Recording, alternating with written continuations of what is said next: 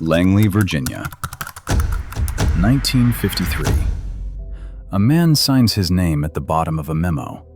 2 words in the middle, MK Ultra. Officially, this project doesn't exist. Unofficially, its goal is simple and disturbing. Figure out how to control the human mind. Money quietly flows into hospitals, universities, and prisons. Behind locked doors, doctors start running experiments. No ethics board would ever approve in public. A few years later, in a small, unmarked room, a teenage girl sits in a metal chair. Fluorescent lights buzz. A tape recorder spins. They tell her she's helping with a study on memory. A needle goes in. Someone presses record behind the glass. Minutes later, her senses start to come apart. Walls warp. Time slips. The file on this session is stamped, filed, and buried. The experiment is real. Her name is forgotten. Decades later, fragments of these files surface. A Senate committee confirms MK Ultra was real. Many subjects never gave informed consent.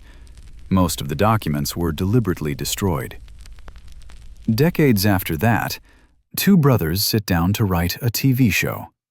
They take these experiments, add rumors about a forgotten base at the edge of America, a murder house on Long Island, and a moral panic that branded teenagers as Satanists. And they hide it all inside a sci-fi series about kids on bikes. They call it Stranger Things. On the surface, it looks like nostalgia. Underneath, it's built from real nightmares. This is the story of how Stranger Things built on real fear.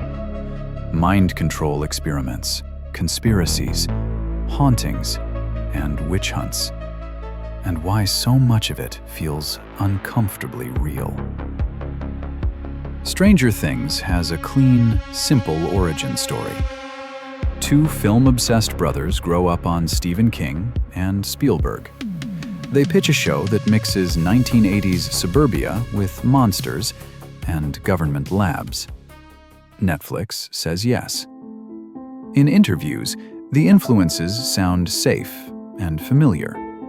Stephen King for small-town horror and kids in danger. Steven Spielberg for wonder and friendship. 80s horror like A Nightmare on Elm Street for the atmosphere. Kids on bikes, a missing friend, a secret lab, a monster from somewhere else. That's the official line. Creative people remixing the movies they love. It isn't wrong, but it isn't the whole truth. Because before Hawkins, Indiana, before the Christmas lights on the Byers wall, Stranger Things had a different name and a different map. It was called Montauk. The early pitch document doesn't open in the Midwest. It opens in a windswept coastal town on the tip of Long Island. A boy goes missing near an abandoned Air Force base. There are rumors about experiments underground. Locals talk about strange things near a massive radar tower. The creators didn't invent that setting. For years, Montauk has been at the center of a cult conspiracy theory. Claims that a place called Camp Hero was the site of secret government experiments on children with psychic powers. The show's first name and first location came straight from that myth. Only later, when it became clear filming there would be a nightmare, did the setting move inland and the name change to Stranger Things. So there are really 2 origin stories. The one on the surface. We grew up on 80s movies and wanted to bring that feeling back. And the one underneath. We were fascinated by real experiments, conspiracies, and moral panics. And we built a supernatural story on top of them. From here, the trail splits into 4 main threads: a real CIA mind control program, a Cold War base wrapped in conspiracy, a murder house turned into a franchise, and a moral panic that helped send teenagers to prison. Together, they become Hawkins Lab, the Upside Down, the Creel House, and Eddie Munson. We start where Stranger Things really starts, with a government that actually tried to break into people's minds. MK Ultra, the real Hawkins Lab. In the 1950s and 60s, MK Ultra isn't a single room, it's a network. Universities, hospitals, prisons, front organizations with boring names, and very exciting budgets. On paper, it's about research. In reality, it's about control. How do you erase a memory? How do you plant one? How do you turn a human being into something you can point like a weapon? So the agency does what powerful institutions do when they want results, not questions. They throw money at smart people and look the other way. Students sign up for psychology experiments and wake up having been dosed with LSD. Patients in psychiatric hospitals are given electroshock far beyond normal limits. Prisoners are told they're part of a program that might help with rehabilitation, and instead become test subjects for sensory deprivation, sleep deprivation, and more. Some people consent to a normal study. They never consent to this. Others never even know they've been used at all. Years later, when the program finally leaks, the CIA admits MK Ultra existed. They admit experiments were run. They admit people were harmed. But they can't tell the full story because they already burned it. Most of the files were deliberately destroyed. What's left are fragments, surviving memos, budget requests, testimony from a handful of people who remember just enough to know something was very wrong. In Stranger Things, those fragments become Hawkins National Laboratory, a clean, anonymous building just outside a small town. Children shaved and numbered instead of named. Sensory deprivation tanks, electrodes. Doctors who talk about kids like they're equipment that might break. The show never uses the words MK Ultra. It doesn't need to. Once you know MK Ultra really existed, 11 stops feeling like pure fantasy and starts feeling like a question. What if one of those programs worked? What if, somewhere in all that chaos, they really did find a child who could do something impossible? Inside the show, that question opens a door to another dimension. Outside the show, it just opens a door to a part of American history most people would rather not look at. From labs and mind control, the story moves to the edge of the map. Montauk, the base at the edge of America. If Hawkins Lab is MK Ultra on TV, Camp Hero is Hawkins Lab in rumor form. On the surface, Camp Hero is simple, an abandoned coastal defense site in Montauk, New York. Big radar tower, old bunkers, later turned into a state park. You can hike there. You can walk your dog. You can stand under the dish and take photos for Instagram. But you can't go everywhere. Some doors are welded shut. Some tunnels are sealed. Some areas are blocked off with rusted fences and warning signs no one bothers to replace. Those closed spaces are where the stories live. Starting in the 1980s and 90s, books and interviews talk about something called the Montauk Project. According to the people who say they remember it, Camp Hero never really shut down. It just went underground. They claim children were kidnapped and experimented on. Psychic abilities were tested, for military use. A device called the Montauk chair could amplify thoughts, read minds, maybe even pull things out of a person's imagination and into reality. And in the end, one boy supposedly manifested a monster so powerful it destroyed the base from the inside. Does any of that have hard proof behind it? No. Most historians treat the Montauk Project as an urban legend. Trauma, fear of the government, and Cold War paranoia, all mixed into a story that's too good to let go. But the place is real. The radar tower is real. The tunnels and sealed doors are real. And if you stand under that massive dish on a gray, windy day, it's not hard to imagine something else happening here after the official story ended. The Duffer Brothers didn't invent that feeling. They borrowed it. In the earliest pitch for the show, Stranger Things doesn't open in Indiana. It opens in Montauk, a coastal town, a missing boy, an abandoned military base, a giant radar dish pointing at the sky. The show was literally called Montauk.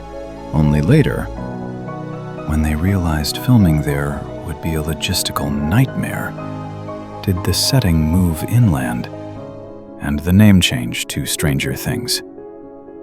But the DNA of that legend stayed. Camp Hero's conspiracy theories slid straight into the foundations of Hawkins, the hidden base, the secret experiments, the kid who knows too much.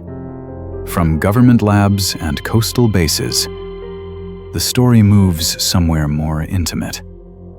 Not a base, not a bunker, a house. Season 4 introduces one of the creepiest buildings in the show, the Creel House, a grand old mansion rotting on the edge of town, full of whispers. A father snapped, a family died, something ugly stayed behind. The idea that a house can remember violence, that it can soak up what happened inside and replay it, that didn't come from the writer's room. It came from real headlines. In 1974, in Amityville, New York, a man murders his parents and 4 siblings while they sleep in their beds. The case is horrifying. He's caught, tried, convicted. On court paper, that's the story. Then, about a year later, a new family moves into the same house. Within 28 days, they move out again, claiming the place is haunted by something violent and unseen. They talk about cold spots, swarming flies in winter, strange voices, rooms that feel wrong just standing in them. Their version of events becomes a book. The book becomes a movie. The movie becomes a franchise. Very quickly, Amityville stops being just a town. It becomes an idea. The murder house. The cursed house. The house where things happened you don't talk about. Whether you believe the haunting or not, the pattern is the same. Real violence, real victims. Then a second layer on top. Ghost stories, sequels, spin-offs, merchandise. Stranger Things taps into that with the Creel House. In the show, a man named Victor Creel moves in with his family. They don't make it out. The town files it away as a tragedy. The house itself becomes a dare, the place kids point at when they bike past at night. But under the broken glass and dust, the show hides something else. A human being who did something horrific, and a presence that didn't leave when the bodies did. In the real world, the Amityville house still exists, People live there. They repaint it, they change the windows. They try to move on. The story follows the house, like a shadow it can't shake. Stranger Things compresses all of that into one visual. A house that's more than just a house. A building that holds both a real crime and a supernatural echo of it. By now, the pattern is hard to ignore. Real program, real base, real murder house. All that's left is the panic.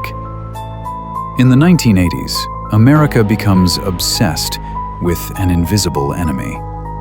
Not Russians, not nuclear war. Satan. Talk shows run specials on devil worship in your hometown.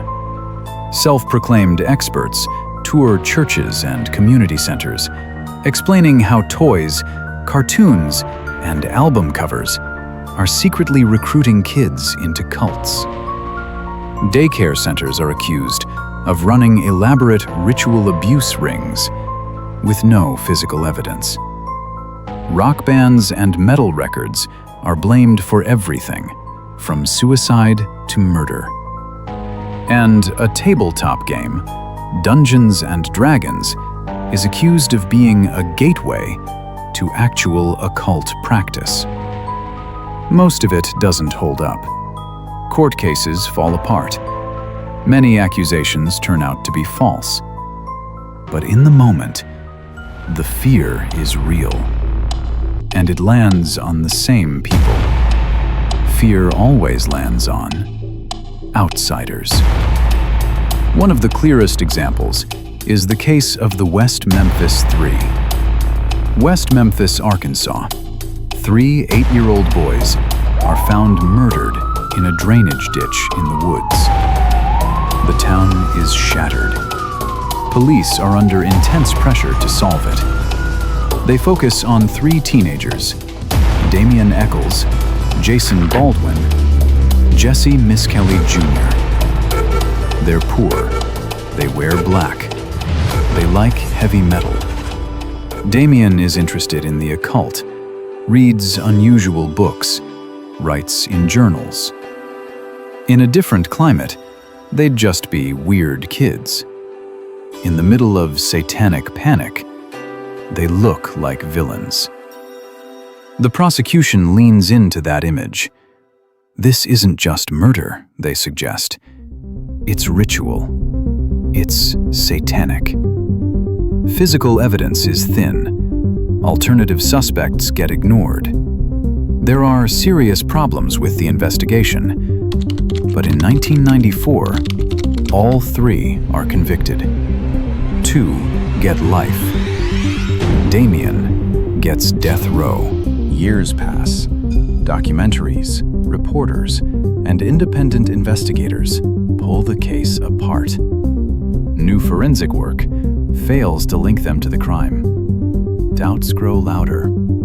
After 18 years, they're released under a legal technicality called an Alford plea. They get out of prison. They keep the right to say, "We're innocent." The state keeps the convictions on paper. Legally free, not truly cleared. Now look at Eddie Munson. Eddie is a metalhead. He's loud, he's dramatic. He runs the Hellfire Club, a D&D group the school administrators already side-eye. When a cheerleader dies in his trailer, in a way no one can explain, the town doesn't stop to think about grief or nuance. They reach straight for the old story. Cult, Satan. The weird kid did it. Posters go up with Eddie's face. Parents hold emergency meetings.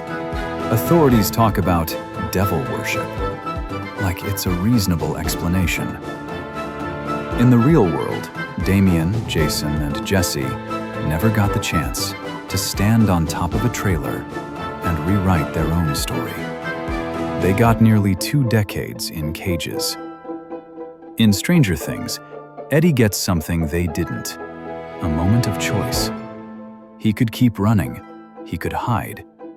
Instead, he turns back. He picks up his guitar, stands in the middle of a nightmare dimension, and faces the monsters head-on. Hawkins still thinks he's a killer. His friends know the truth. He dies as the town's scapegoat and their hero. It's not justice, but it's a fantasy of justice, built on the bones of a real injustice. And that's the pattern. The show keeps following. Real fear, real damage, then a supernatural remix on top. At this point, it's easy to say, relax, it's just a show.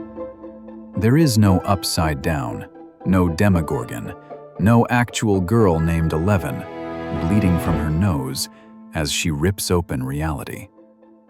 But look at the raw material.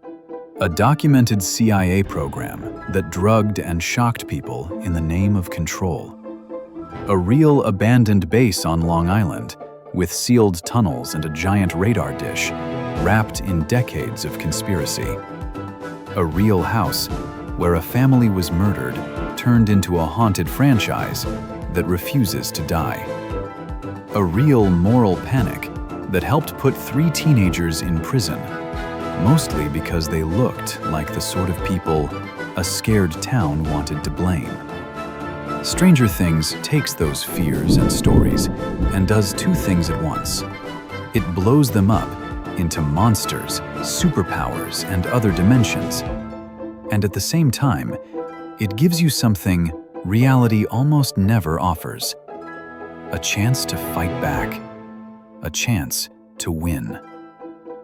In the real world, MK Ultra victims rarely see justice. Camp Hero still sits there in the trees, caught between official history and urban legend. The Amityville house is still an address inside a story it didn't choose. The West Memphis Three are out of prison, but the paperwork still calls them guilty. In Hawkins, kids on bikes can actually beat the thing in the dark. The lab can be shut down. The gate can be closed. It's comforting, it's cathartic, and it's built on top of things that really happened. So the next time you see a kid floating in a tank, a house that feels wrong from the moment the camera sees it, or a town hall full of parents screaming about satanic cults, remember, the names are changed, the years are shuffled, the monsters are made of CGI. But the fears underneath, those are real. Because sometimes, the safest place to hide the truth isn't in a declassified file or a court transcript. It's in the horror section, wrapped in neon lights, mixtapes, and kids on BMX bikes. Sometimes the scariest stories aren't the ones that say, based on a true story, at the beginning. They're the ones that never have to.